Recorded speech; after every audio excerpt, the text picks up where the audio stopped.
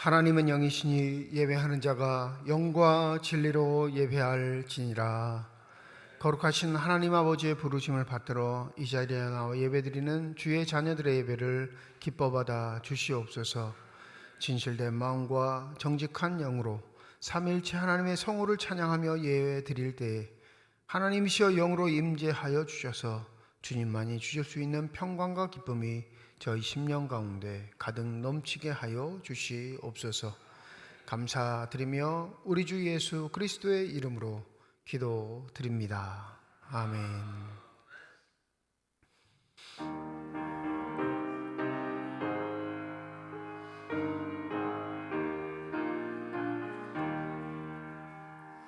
멸류관 벗어서 주 앞에 드리세.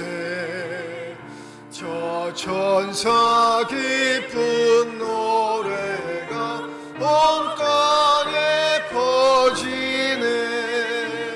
내 혼악 깨어서 주 찬송하여라.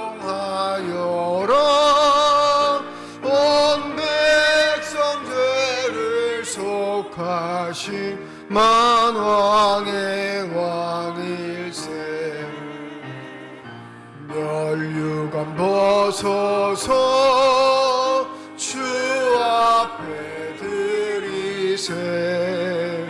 그 손과 몸의 상처가 영광 중 빛나네. 하늘의 천사도 그 영광 보고서 고난의 신비 알고자 늘 음모하도다. 멸류관 벗어서 주 앞에 드리세. 온 세상 전쟁 그치고 참 평화 오겠네. 주 보좌 앞에서 온 백성 엎드려 그 한량 없는 영광을 늘 찬송합니다.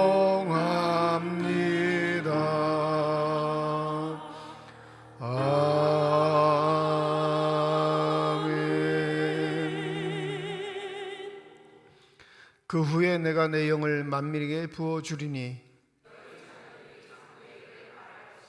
너희 늙은이는 꿈을 꾸며 너희 젊은이는 이상을 볼 것이며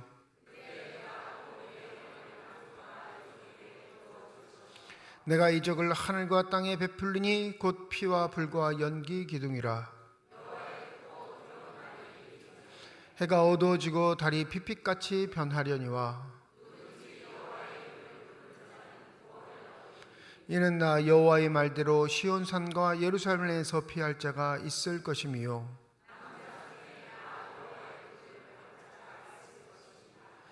아멘. 지난 한 주간 동안의 삶을 되돌아오며 주님 앞에 참회의 기도를 드립니다.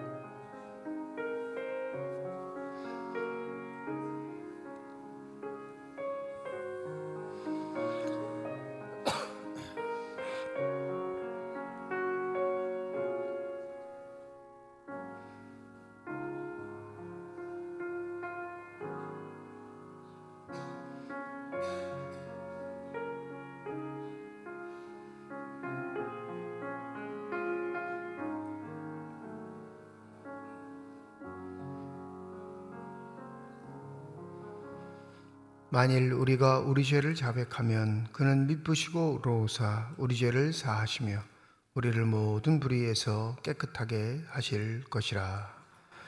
나는 전능하신 아버지 하나님 천지의 창조주를 믿습니다. 나는 그의 유일하신 아들 우리 주 예수 그리스도를 믿습니다. 그는 성령으로 잉태되어 동정녀 마리아에게서 나시고 본디오 빌라도에게 고난을 받아 십자가에 못 박혀 죽으시고 장사된 지 사흘 만에 죽은 자 가운데서 다시 살아나셨으며 하늘에 오르시어 전능하신 아버지 하나님 우편에 앉아 계시다가 거기로부터 살아있는 자와 죽은 자를 심판하러 오십니다. 나는 성령을 믿으며 거룩한 공교회와 성도의 교제와 죄를 용서받는 것과 몸의 부활과 영생을 믿습니다. 아멘.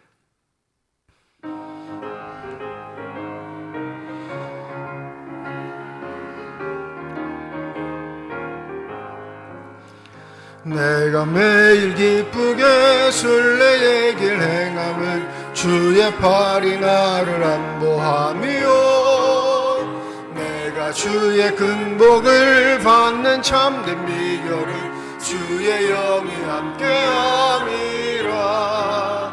성령이 계시네 할렐루야 함께하시네. 좁은 길을 걸으며 밤낮 기뻐하는 것 주의 영이 함께함이라. 전에 죄에 빠져서 평안함이 없을 때 예수 십자가의 공로 힘입어 그 발 아래 엎드려 참된 평 얻음은 주의 영이 함께함이라. 성령이 계시네 할렐루야 함께하시네. 좁은 길을 걸으며 밤낮 기뻐하는 것 주의 영이 함께함이라. 나와 동행하시고 모든 염려하시니 나는 숲의 새와 같이 기쁘다. 내가 기쁜 마음으로 주의 뜻을 행하며 주의 영이 함께함이라. 성령이 계시네 할렐루야 함께하시네. 좁은 길을 걸으며 밤낮 기뻐하는 것 주의 영이 함께함이라. 세상 모든 욕망과 나의 모든 정욕은 십자가에 이미 못을 박았네. 어두운 밤이 지나고 무거운 짐 벗으니 주의 영이 함께함이라. 성령이 계시네 할렐루야 함께하시네. 좁은 길을 걸으며 밤낮 기뻐하는 것 주의 영이 함께함이라.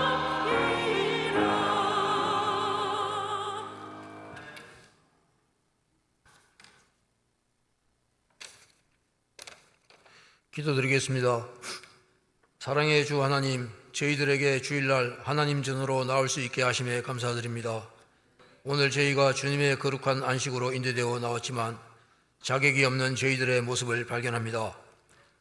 거룩한 주님의 백성으로 세상에 보냄을 받아 살면서 세상의 것에 마음을 쏟고 살았음을 고백합니다. 세상에서의 절제는 사전적인 의미로 정도에 넘지 아니하도록 조절하여 제한함이라 합니다. 그러나 성경에서의 절제는 정도에 넘치지 않도록 조절하는 것이 아니라 적당히 타협하고 조절하는 것이 아니라 단번에 끊어내는 것이라 합니다. 저희 모두가 성경에서의 절제에 한 발씩 다가가는 삶을 살아가길 기원합니다. 세상 속에서 주님의 의를 심을 수 있는 저희 삶이 되기를 원합니다. 조금은 힘들고 불편할지라도, 조금은 손해보는 일이 발생한다 할지라도 주님께서 기뻐하시는 삶을 쫓아가는 저희들이 되게 하소서. 어떤 일을 하든지 그 일에 믿음의 고백을 담아낼 수 있게 하시고 어떤 상황에 있든지 주님의 빛을 드러내기 위하여 마음을 쏟을 수 있는 저희들이 되게 하소서. 주님의 몸된 교회를 위하여 찬양, 안내 등 여러 모양으로 봉사하는 아름다운 손길들이 있습니다. 기쁘게 받아주소서. 예수 그리스도의 이름으로 기도합니다. 아멘.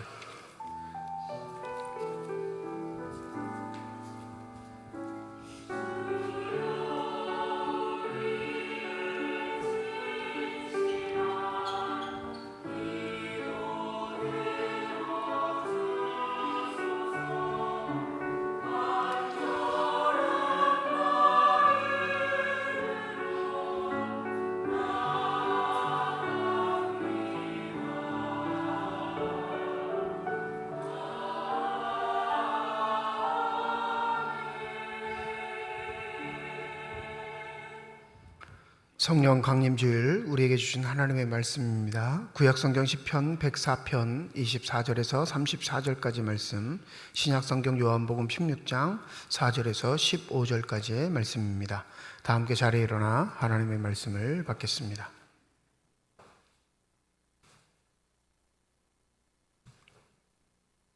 오늘 우리에게 주시는 하나님의 말씀입니다.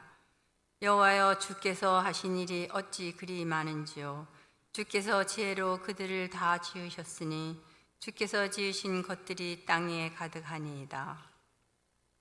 거기에는 크고 넓은 바다가 있고 그 속에는 생물 곧 크고 작은 동물들이 무수하니이다. 그곳에는 배들이 다니며 주께서 지으신 류어야단이 그 속에서 노나이다. 이것들은 다 주께서 때를 따라 먹을 것을 주시기를 바라나이다.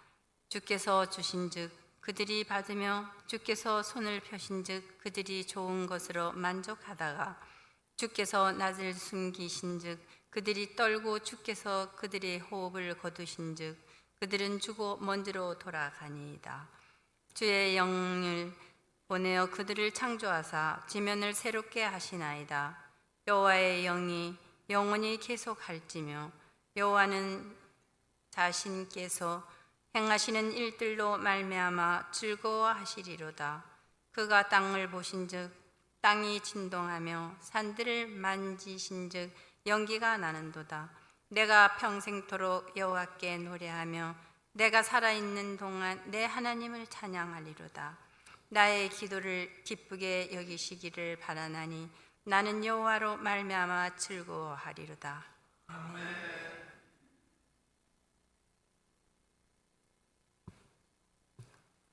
오직 너희에게 이 말을 한 것은 너희로 그때를 당하면 내가 너희에게 말한 이것을 기억나게 하려 함이요, 처음부터 이 말을 하지 아니한 것은 내가 너희와 함께 있었음이라. 지금 내가 나를 보내신 이에게로 가는데 너희 중에서 나더러 어디로 가는지 묻는 자가 없고 도리어 내가 이 말을 함으로 너희 마음에 근심이 가득하였도다. 그러나 내가 너희에게 실상을 말하노니 내가 떠나가는 것이 너희에게 유익이라. 내가 떠나가지 아니하면 보혜사가 너희에게로 오지 아니할 것이요, 가면 내가 그를 너희에게로 보내리니 그가 와서 죄에 대하여 의에 대하여 심판에 대하여 세상을 책망하시리라. 죄에 대하여라 함은 그들이 나를 믿지 아니하며 의에 대하여라 함은 내가 아버지께로 가니 너희가 다시 나를 보지 못함이요, 심판에 대하여야 함은 이 세상 임금이 심판을 받았음이라.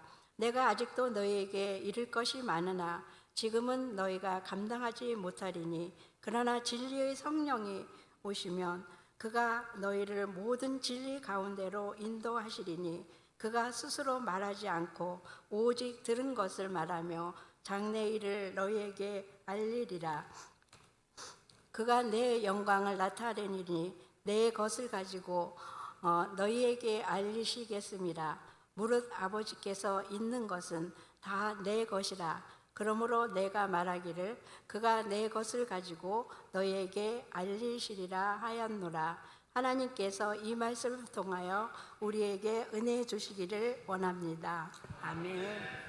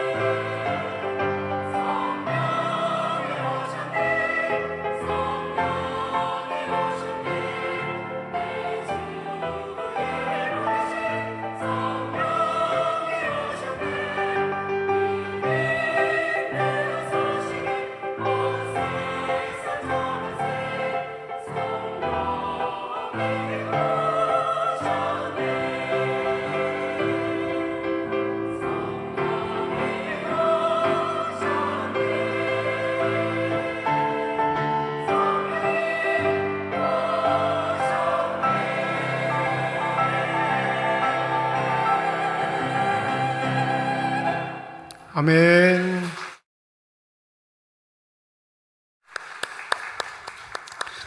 기도하겠습니다. 이 시간 우리들의 눈을 열어주시사 주님의 얼굴 바라보게 하여 주시옵시고 우리의 귀를 열어주셔서 주 음성 듣게 하여 주시옵소서. 닫혀진 우리의 심령의 문이 성령의 은혜 가운데 활짝 열려지게 하여 주시사 하나님 아버지 마음속에 품고 계시는 기쁨과 평안과 만족이 넘치는 복된 시간이 되게 하여 주시옵소서. 감사드리며 우리 주 예수 그리스도의 이름으로 기도드립니다. 아멘. 성령 강림 주일의 환산 계산은 누가복음과 사도행전을 기준으로 해서 교회 역사 중에 결정되어 있는 날입니다. 성령의 오심, 그것을 기준으로 해서 교회의 시작이 되었다라고 말하는 게 사도행전인데, 실질적으로 성령에 대해서 가장 구체적으로 심도 있게 깊이 있게 설명하는 건 제4복음서인 요한복음이라 하겠습니다. 오늘 요한복음 16장 4절에서 15절 이 진리의 성령이라는 말씀을 통해 우리에게 은혜 주시고 깨닫게 하신 하나님의 은혜가 저와 여러분에게 가득 넘치시기를 주님의 이름으로 축원드립니다. 한국교회 성령론은 꽤 퇴색되어 있다 말할 수 있습니다. 이론적인 것보다 실천적인 면을 강조하다 보니까 성령의 왜곡된 형상들, 성령에 대한 개념들이 좀 어렵게 변질되어 있는 모습을 보게 됩니다. 여러분은 성령 하시면 무엇이 가장 먼저 떠오르시나요? 성령 하면 그게 여러분이 가지고 있는 성령에 대한 개념이에요. 보통 우리 성령 하면 뜨거움, 그죠? 폭발적인 힘. 순복음은 뭘 생각할까요? 순복음 교회 다니는 사람들은 방언. 네. 여전히 방언 가지고 이렇게 설왕설래 하시는 분 계시는데 그거 안 해도 상관없습니다. 여러분 그거 안 해도 기도하는데 전혀 지장 없고요. 그거 못해도 구원받는데 전혀 지장 없어요. 그 왜 그렇게 경쟁적으로 그걸 해야 할 것처럼 강박을 갖는지 모르겠는데 그거 아무것도 아닙니다. 네. 이 성령의 역사, 성령의 선물, 성령의 은혜 이 개념 속에 우리가 자꾸 강박을 갖는 건 그건 진짜 성령이 우리에게 오시지 않았다는 증거이기도 합니다. 이 성령 보혜사라는 말을 쓰는데 요한복음 15장 26절에 보면 예수께서 직접 이 보혜사라는 말을 쓰시죠. 내가 아버지께로부터 너희에게 보낼 보혜사 곧 아버지께로부터 오시는 진리의 영이 오시면 그 영이 나를 위하여 증언하실 것이다. 이 보혜사라는 말을 헬라어에서 찾아보면 이 파라칼레오라는 동사에서 온 명사입니다. 파라클레토스 명사형이에요. 이게 뭐냐면 변호인이에요. 변호인. 동사는 옆에 서서 도와주는 사람, 헬퍼라고 하긴 하지만 법조문 용어로 이게 뭐냐면 변호인이에요. 그러니까 그 변호를 받는 당사자는 가만히 있고 이 당사자 의뢰인을 위해서 누가 변호를 해요? 변호인이 하는데 이 변호인은 이 의뢰인보다 전문적인 지식이 많은 사람이죠. 법적인 지식이 많은 사람이에요. 억울한 일은 내가 당했는데, 네? 이 억울함을 내가 풀어서 해결해야 되는데 그 지식과 경험을 미치지 못하니까 누굴 고용해요? 변호인을 고용하는 거예요. 이 변호인이 나를 위해서 증언하는 것, 그게 보혜사의 원래 뜻입니다. 성령이 누구를 변호해줘요? 의뢰인을 변호해주는데 그 의뢰인이 누구예요? 대부분 누구라고 생각하냐면 나라고 생각해요. 나라고. 이게 가장 큰 착각입니다. 요한복음 15장 26절에 그 영이 누구를 위해 증언한대요? 나를 위해 증언하나니 하면 이 증언의 대상 의뢰인은 누굴까요? 예수예요. 예수. 우리가 아니고. 보혜사 성령은 누구를 도우시는 분? 예수 그리스도를 도우시는 분이신데 이 돕다라는 말이 조금 어폐가 있는 것 같죠. 왜냐하면 도움을 받을 만큼 예수가 능력이 없거나 실력이 없거나 힘이 되지 않으시는 분임에도 불구하고 왜 예수를 돕는 분을 성령이라 하는가? 여기서부터 시작해야 성령론의 왜곡은 존재하지 않습니다. 여러분, 내 삶이 어렵고 힘들 때 나를 도와주시는 분이 성령 하나님이라 시 말하지만 실제적으로는 우리 마음속에 계시는 성령께서 누구를 생각나게 하시는 거냐면 예수를 생각나게 하시는 거예요. 그래서 그 위험과 어려움들을 극복하게 하십니다. 히브리서 3장 1절에 보면 이런 말씀이 기록되어 있습니다. 그러므로 함께 하늘의 부르심을 받은 거룩한 형제들아, 우리가 믿는 도리의 사도이시며 대제사장이신 예수를 깊이 생각하라. 그 어디에도 예수를 깊이 깊이 생각하라는 말은 등장하지 않습니다. 예수는 믿는 존재이고 사랑하는 존재이고 우리가 의지해야 할 존재이지 생각과는 동떨어진 개념이라 말할 수 있는데, 이 히브리서 기자는 예수를 어떻게 하래요? 깊이 생각하래요. 이건 뭘 말하냐면 우리의 삶의 고난이 우리의 삶 자체를 잡아먹을 때 우리가 취할 수 있는 유일한 수단은 기도를 통해 예수를 생각나게 하시는 성령의 인도함을 받는 겁니다. 그래서 예수를 깊이 생각하라라는 거예요. 성령께서 나에게 계시를 주셨습니다. 성령께서 나에게 말씀을 주셨습니다. 성령께서 나를 이렇게라 명령하셨습니다. 이 말버릇처럼 행하는 거 굉장히 조심하셔야 돼요. 그러면 곧 내가 계시의 근거가 되는 사람이 되어버려요. 성령은 우리의 삶에서 누구를 증거하시냐면, 누구를 증거해요? 예수를 증거하셔요. 믿으십니까? 그게 성령의 본질적인 사역입니다. 그럼 왜 예수를 증거하는 일이 필요할까? 그동안은 제자들과 함께 거하셨던 예수가 가르치시고 본을 보이시고 모든 것을 드러내셨습니다. 눈으로 보이는 사건들, 손으로 만질 수 있는 현장감들을 예수께서 주셨는데, 예수가 뭐라고 하시죠? 이제 내가 아버지께로 가는데 눈에 보이지 않는다는 거예요. 그들의 삶을 지도할 수 있는 진짜 스승이 사라진다는 겁니다. 물을 수도 있고 깨닫지 못할 때는 만나 이야기해 볼 수 있는 그 대상이 사라지니, 그들이 따르는 스승이 사라지니 그들의 삶의 길을 우왕좌왕할 수밖에 없는 순간, 그때 예수께서 하시는 말씀이 뭐라고 하시냐면, 내가 성령을 너희에게 보내리라. 내가 했던 역할, 내가 이 땅에 살아가면서 너희들에게 본을 보였던 그 역할을 하실 분이 올 텐데, 그분은 바로 성령이시고, 그분이 내가 이 땅에서 너희들을 지도하는 그 방식 그대로, 너희들을 가르쳤던 그 방식 그대로를 통해 너희가 여전히 예수 그리스도의 가르침을 따르는 자로서 살아갈 수 있게 하시겠다 말씀하신 겁니다. 그러니 성령의 1차적인 일은 뭐냐면 다른 것이 아니라 예수를 생각나게 하는 겁니다.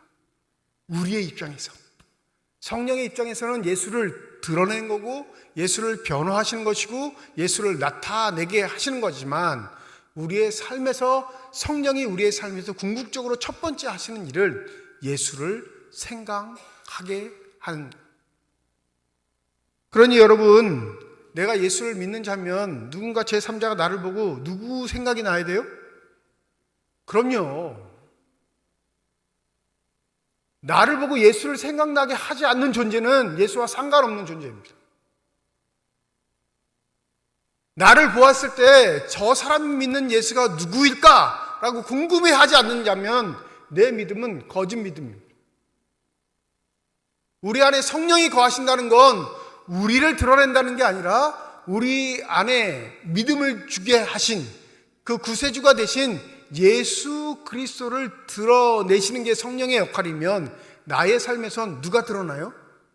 예수가 드러나는 거예요.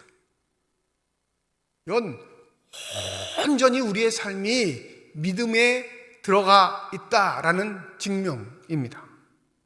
그래서 오늘 본문에 성령을 뭐라고 말씀하시냐면, 진리의 성령이 오시면 하면서 13절에 진리의 성령이라 말씀하시는 겁니다. 그러니 우리가 살아감에 있어서 예수를 생각나게 하는 사람으로 살아가는 건, 다른 말로 하면 오늘 본문 말씀처럼 진리 가운데로 걸어가는 삶, 진리가 우리를 이끌어 가시는 삶이 바로 예수를 생각나게 하는 사람의 삶의 태도인 줄 믿습니다. 진리가 뭐죠? 진리의 본질적인 면은 거룩이에요. 구별됨.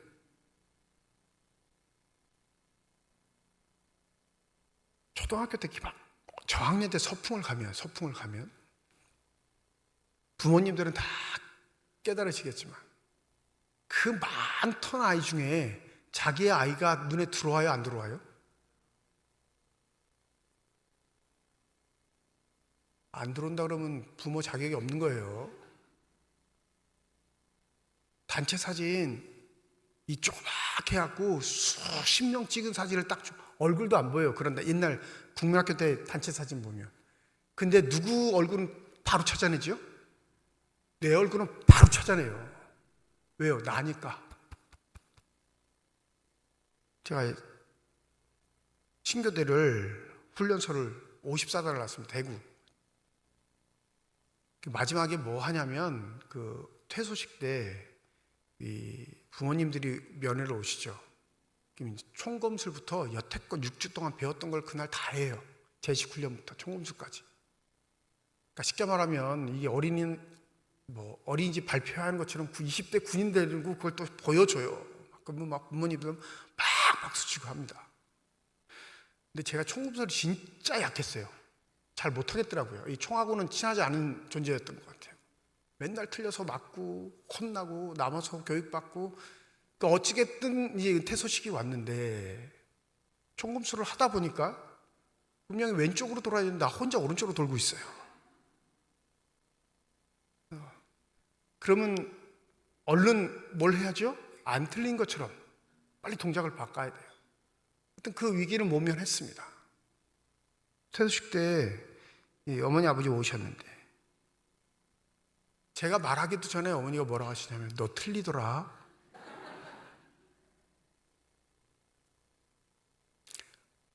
수천 명이에요. 훈련생들이. 저 71년생들만 모아가지고 그 보낸 군번들이 어마어마했어요. 딱 집어내요.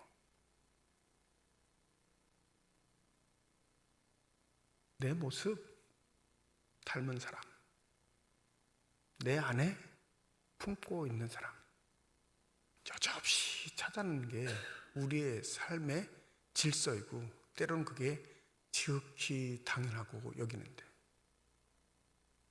하나님은 우리를 진리 가운데로 인도하셔서 이 세상 많고 많은 사람 중에 저는 내 아들, 저는 내 자녀임을 정확히 찾아내실 수 있는 분입니다.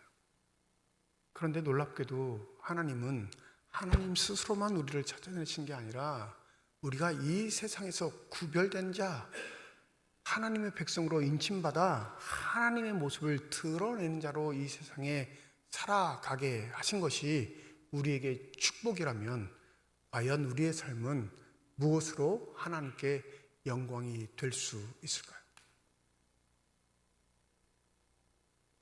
바울은 로마서 13장에 이렇게 말합니다. 13장 14절 오직 그리스도 예수로 옷 입고 정욕을 위하여 육신의 일을 도모하지 말라.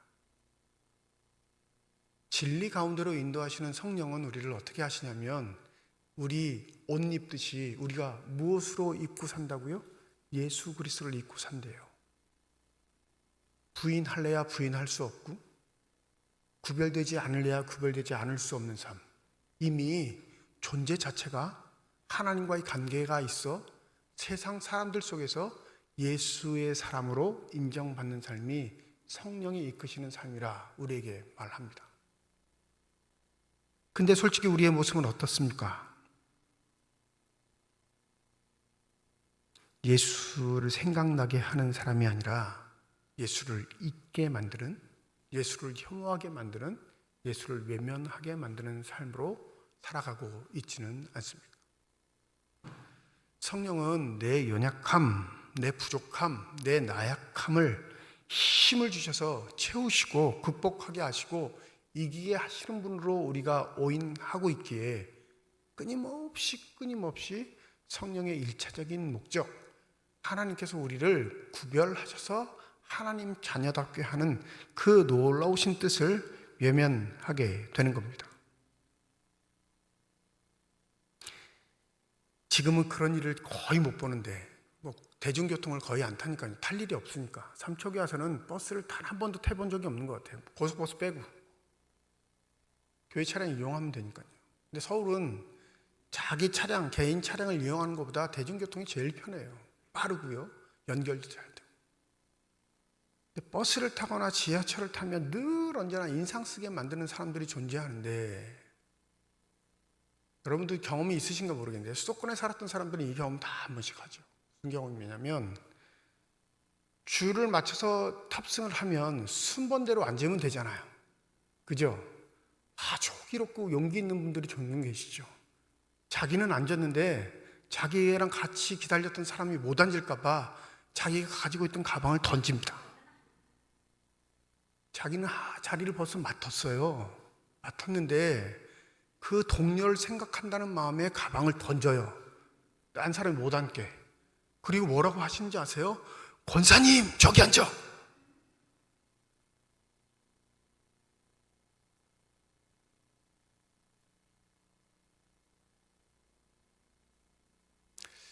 예수를 생각나게 하는 사람일까요? 예수를 저주하게 하는 사람일까요? 우리의 일상이 이렇게 어긋나일 때가 많습니다. 대수롭지 않게 생각하지 마세요, 여러분.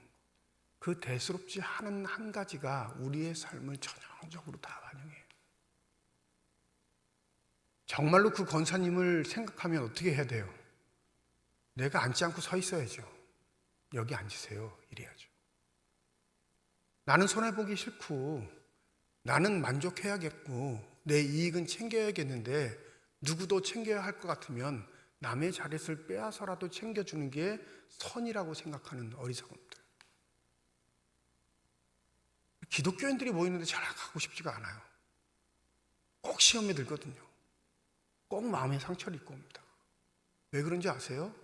성령 하나님이 무엇인지 모르고 자신의 욕심, 욕망을 채우는 도구로 우리가 하나님을 믿고 따르기 때문에 그렇습니다. 부디 저와 여러분, 우리 삼척중앙교회는 예수를 생각나게 하는 교회, 예수를 생각나게 하는 사람으로 인정받는 귀한 은혜가 있기를 소원합니다. 성령은 오늘 본문에서 우리를 진리 가운데로 인도하시는데 그 구별된 삶이 어떻게 이루어지냐면 9절과 10절과 11절에 나와 있지요. 죄에 대하여, 의에 대하여, 심판에 대하여 책망하시는 성령이 우리를 구별된 자로 살아갈 수밖에 없게끔 만드신다, 이끄신다, 이렇게 말합니다. 여러분, 집에서 나오실 때 어떤 옷을 입을까 고민하지 않으셨나요? 그 고민 없으면 좋은 자리 오는 거 아니에요.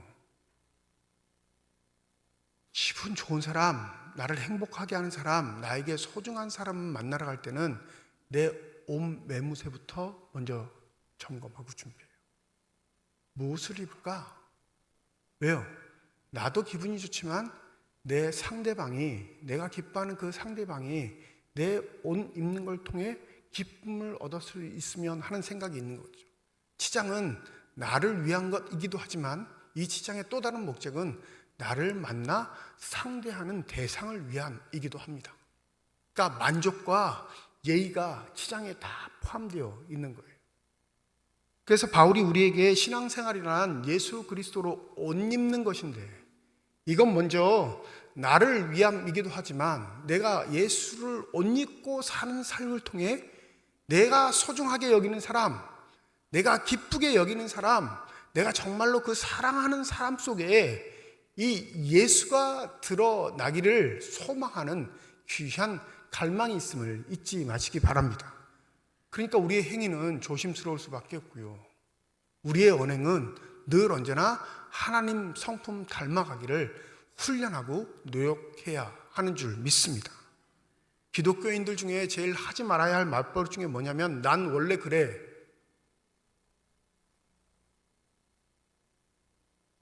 원래 우리 다 죄인이에요. 고만고만한 인간입니다. 그런데 진리의 성령이 우리를 진리 가운데로 이끄셔서 구별된 삶을 살아가게 하셨다면 지난 모습과는 달라야죠. 원래 모습과는 달라야 하지 않겠습니까? 내 본성과는 다른 삶을 살아가려고 노력하는 열망들이 있을 때 성령의 인도하심을 받는다라고 이야기할 수 있는 겁니다. 누워있는 시간을 빼놓고는 거의 다 책상에서 지내는 게 제 일상의 전부입니다. 거의 책상에서 보내요. 그러니까 집사람 잔소리를 좀 많이 하죠. 일어나라, 목 들어라, 어깨 펴라, 엄청 잔소리합니다. 교회에서 대부분 책상이고요. 집에가 거의 다 책상에 있어요. 야구 중계, 하이라이트 좀 볼 때만 침대에 누워있다가 잠드는 게 전부예요. 일상이 전부예요. 그러니까 대부분 쭈구리그로 누워있죠. 토요일 날 종종 설교가 안 풀리면 이렇게 일어나요. 책상에 있어라서 베란다에 딱 나오면 뭐가 보일까요? 저희 집 베란다에서 교회 벽이 보여요. 교회 벽. 이 옆에 벽.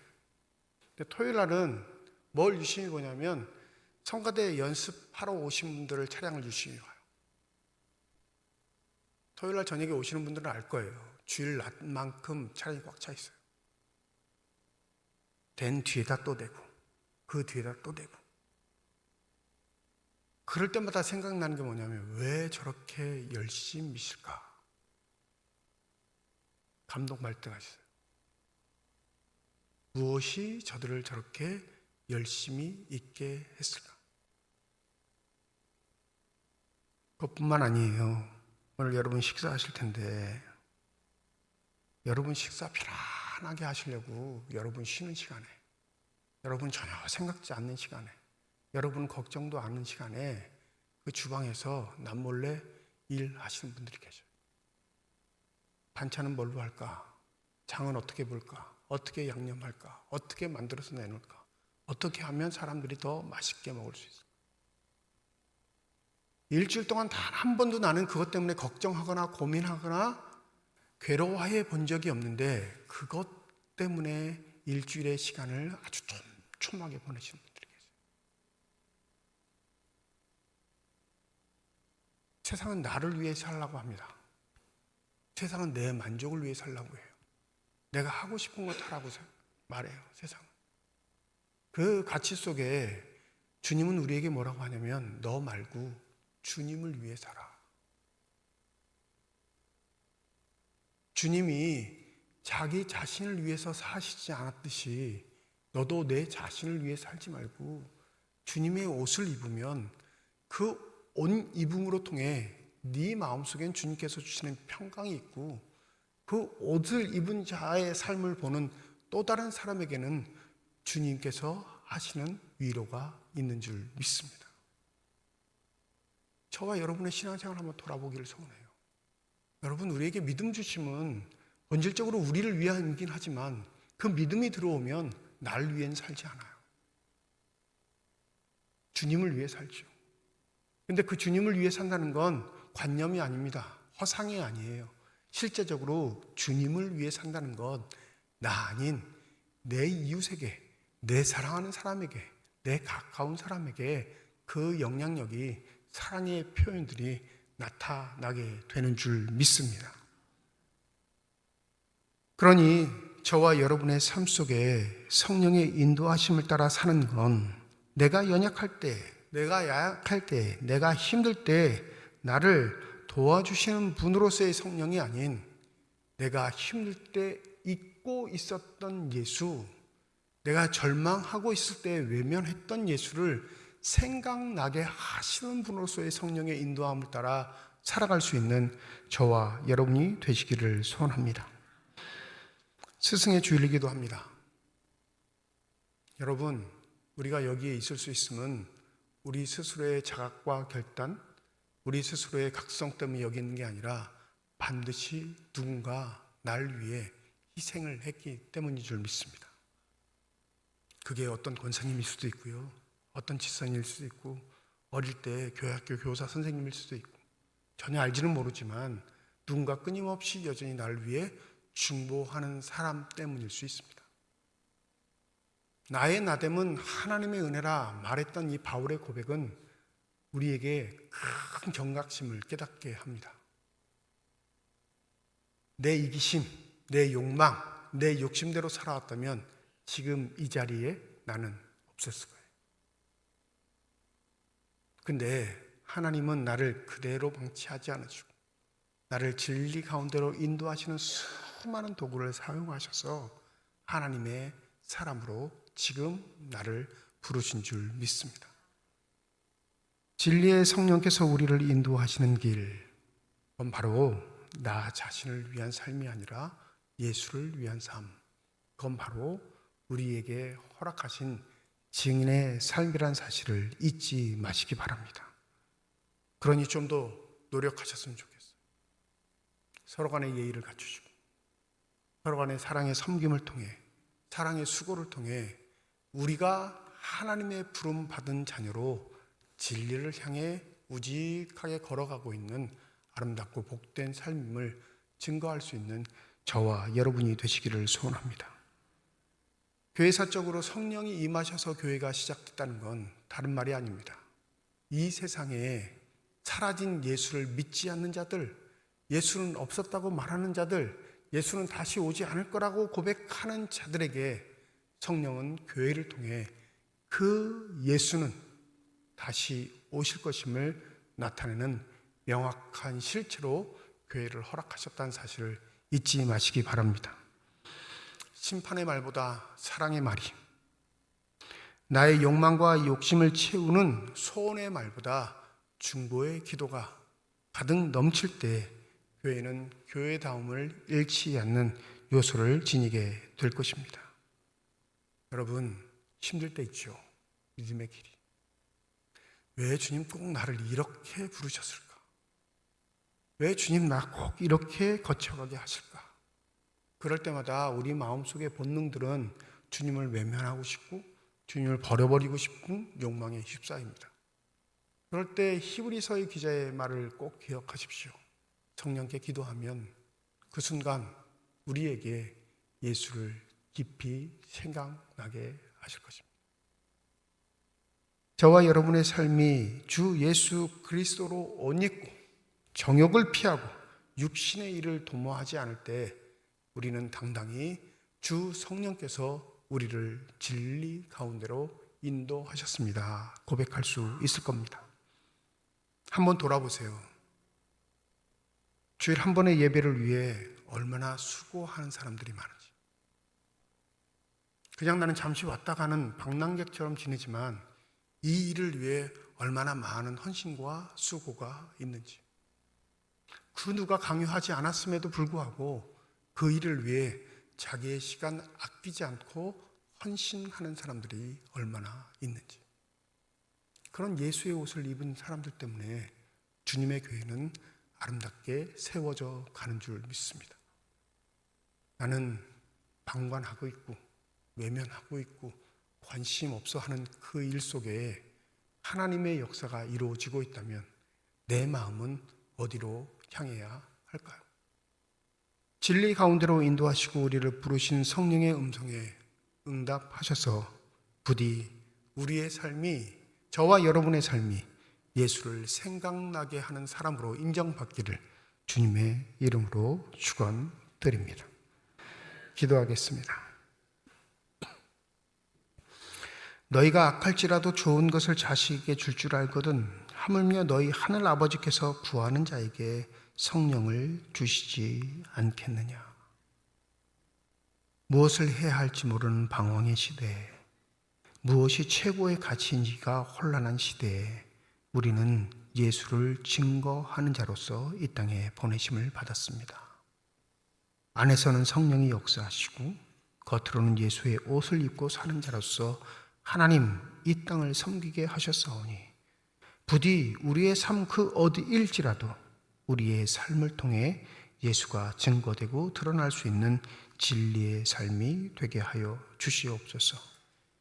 이 땅 피조물에게 유일하게 내가 곧 길이요 진리요 생명이라 말씀하신 그 예수의 이름을 증언하는 것이 얼마나 기쁘고 복된 일임을 잊지 않게 하여 주셔서 삶의 자리가 곧 복음을 증거하는 선교의 자리가 될 수 있도록 우리를 이끌어 주시옵소서.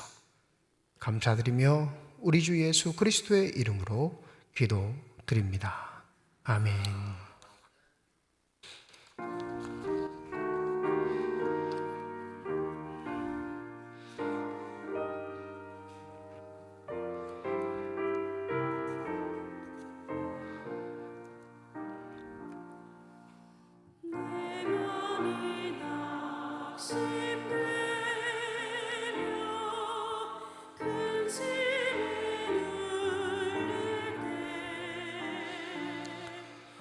주께서 내게 오사 위로해 주시네. 가는 길 캄캄하고 괴로움 많으나 주께서 함께하며 내 짐을 지시네. 그네가 내게 족하네. 그네가 족하네. 이 괴로운 세상 지날 때 그네가 족하네. 번민이 가득 차고 눈물이 흐를 때 주 나의 곁에 오사 위로해 주시네. 가난이 닥쳐와서 어려움 당할 때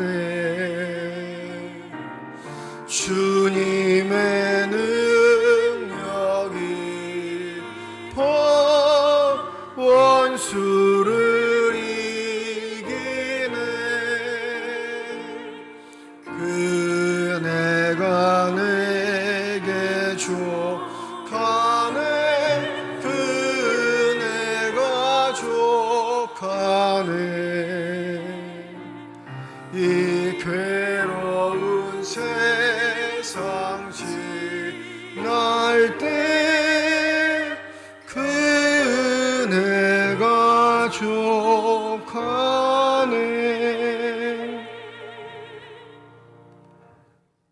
하나님의 은혜와 사랑을 진심으로 감사드립니다.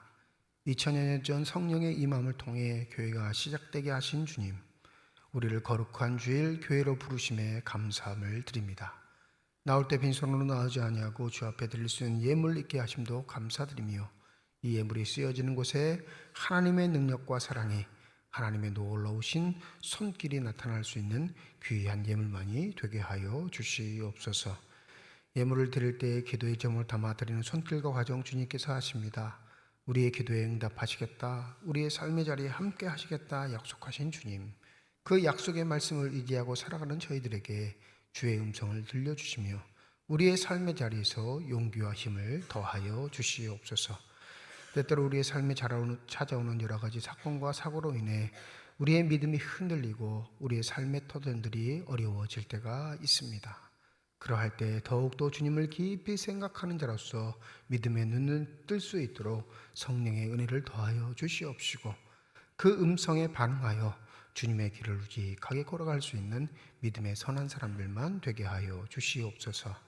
임마누엘 찬양대를 비롯한 예배위원들, 교회 학교 교사를 비롯한 모든 재직회 부서들을 축복하여 주시옵시고, 보이지 않는 곳에서 순종하고 헌신하는 주님의 사람들을 통해 주님의 교회가 더욱더 아름답게 세워짐을 잊지 않게 하여 주시옵소서. 주를 위해 열망을 품고 주님의 일이 가장 우선시하며 그 하나님의 나라를 소망하는 자들에게 허락하신 축복들이 저들 삶 가운데 가장 넘치게 하여 주셔서 하는 일마다 주의 자랑이 되게 하시고, 또 닿는 곳마다 주의 복음을 전할 수 있는 믿음의 선한 삶들이 되게 하여 주시옵소서. 병상에 누워있는 환우들, 또 그 환우들 돌보는 가족들을 기억하여 주시사 주님 그들의 눈의 눈물을 닦아주시며 환부에 안수하여 주실 때 저들의 질병과 고통과 아픔이 깨끗이 치유받는 놀라운 축복과 은혜가 있게 하여 주시옵소서. 지금의 내 삶에 있기까지 나를 돕고 나를 치도하며 나를 이끈 많은 스승들이 존재합니다. 믿음 안에서 눈을 뜰 수 있도록 허락한 어릴 적 만난 교회학교 교사 선생님들부터 지금까지 나와 함께하는 믿음의 동역자들을 위해 기도할 수 있는 복된 날 되게 하여 주시옵시고 그 감사와 감격과 은혜들을 늘 마음속 깊이 깨닫게 하여 주셔서 나도 역시 누군가에게 손을 내밀고 도움을 줄 수 있는 믿음의 사람으로 살아가게 하여 주시옵소서. 감사드리며 우리 주 예수 그리스도의 이름으로 기도드립니다. 아멘. 우리 함께 인사하겠습니다. 하나님의 축복이 여러분과 함께. 네, 감사합니다. 옆에 분과 인사하시죠. 하나님의 축복이 옆에 계신 분과 함께. 감사합니다. 오늘은 성령 강림 주일, 또 스승의 주일, 청년 주일로 지키는 주일이고요. 주일 예배는 1부, 2부 예배로 드리고 오후 2시에 찬양 예배로 모이도록 하겠습니다. 오늘 오후 찬양 예배는 청년부 헌신 예배로 드립니다. 우리 청년들이 준비하고 또 하나님께 영광을 돌리는 시간인데 우리 많은 교우들 오셔서 응원해 주시고 또 격려해 주시고 함께 모함을 모아주시면 감사하겠습니다. 다음 주일 예배는 1부, 2부 예배로 모입니다. 강원 영동 CBS에서 조이 포유라는 찬양 콘서트를 6월 1일 오후 2시 우리 교회에서 진행을 합니다. 이날은 좀 뭐라고 해야 될까요? 일반적인 예배보다 콘서트 형식의 모임이 되니까 우리 주위에 있는 분들 좀 초대도 하시고 오랫동안 못 본 가족들 있으면 좀 오라고 하셔서 함께 참여하셔서 찬양도 하시고 또 축하도 하시고 함께 축복할 수 있는 귀한 시간이 되셨으면 좋겠습니다. 정기통회가 오후 찬양예배 1층 사무실에서 모입니다. 구역 대신방 신행 중에 있습니다. 아직 받지 못하신 구역들 우리 담당 목사님께 신청하셔서 신방 받으시면 되겠습니다. 스승의 주일을 맞이해서 교회 학교 교사들 사랑의 수고에 감사드리고 우리 교회에서 준비한 선물 광고 시간 맨 마지막에 전달하도록 하겠습니다. 교회 학교 교사 전체 모임이 다음 주 2부 예배 후에 1층 쉼터에서 잠시 모입니다. 우리 교회 학교 교사로 섬기시는 모든 분들 꼭 참여해 주시면 감사하겠습니다. 아동부 작은 바자회가 오늘 10시부터 2시까지 교회 주차장에서 진행이 됩니다. 예배 시간인 11시부터 12시까지는 하지 않고요. 예배 전 1시간, 예배 이후에 2시간 정도 진행하니까 한번 살펴보시고 또 아이들 격려해 주시고 또 물품도 구입해 주셔서 아이들 힘 얻을 수 있도록 해주시면 감사하겠습니다. 아동부에서 한 이 바자의 모든 기금들은 선교 헌금으로 사용한다 이렇게 말합니다. 함께 도와주시는 모든 분들께 감사드리고 또 관심을 가져주셨으면 합니다. 강원 동네 노예원 부부 수련회가 내일부터 화요일까지 1박 2일 동안 동해 현진 관광호텔에서 있습니다. 저와 집사람이 다녀오게 됩니다. 김종길 집사님, 최경희 권사님 가정에서 우리 김종길 집사님 입원하셨을 때 수술하셨을 때 중보기도해 주셔서 감사하다고 오늘 점심에 떡과 과일 준비해 주셨습니다. 식사하시면서 친교 나누시고 또 격려해 주시면 감사하겠습니다. 다 함께 자리에 일어나셔서 잠시만요. 이거 선물 전해드려요. 선물 준다고 그러놓고 유치부 부장 권사님, 아동부 부장 권사님 앞으로 나와주시면 되겠습니다. 이 두 분만 받는 게 아니고요. 두 분이 대표로 받아서 부서에서 나눠드리는 겁니다. 말씀드렸어요. 본인들이 가지면 안 됩니다. 전달할 때 우리 큰 박수로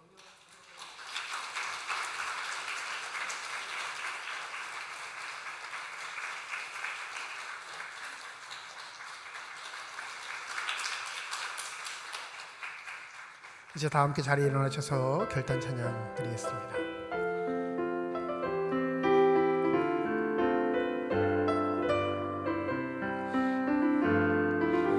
주님 다시 오실 때까지 나는 이 길을 가리라. 좁은 길 나의 십자가 지고 나의 가는 이 길 끝에서 나는 주님을 보리라. 영광의 내 주님 나를 맞아주시. 주님 다시 오실 때까지 나는 일어나 달려가리라. 주의 영광 온 땅 덮을 때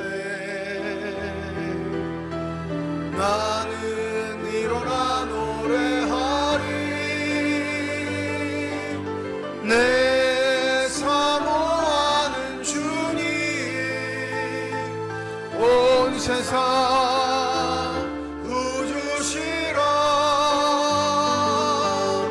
내 사모하는 주님 영광의 왕이시라 내 사모하는 주님 온 세상